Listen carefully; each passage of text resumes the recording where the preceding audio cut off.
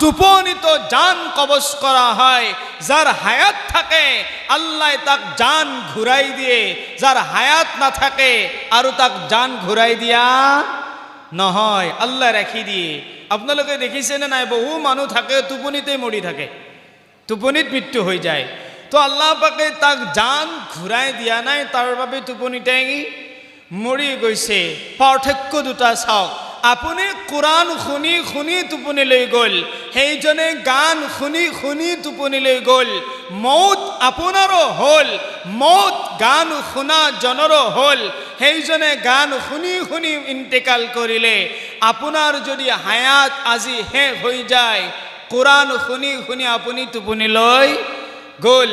হাদিসত আল্লাহর রাসূল সাল্লাল্লাহু আলাইহি ওয়াসাল্লামে কয়, ক্বালা রাসূলুল্লাহ সাল্লাল্লাহু আলাইহি ওয়াসাল্লাম, ইউবআসু ইয়াউমাল কিয়ামাহ কুল্লু আবদিন মা মাত। কিয়ামতৰ দিনা প্ৰত্যেক গৰাকী মানুহ সেই অৱস্থাত কবৰৰ পৰা উঠিব যি অৱস্থাত সি মৃত্যুবৰণ কৰিছে।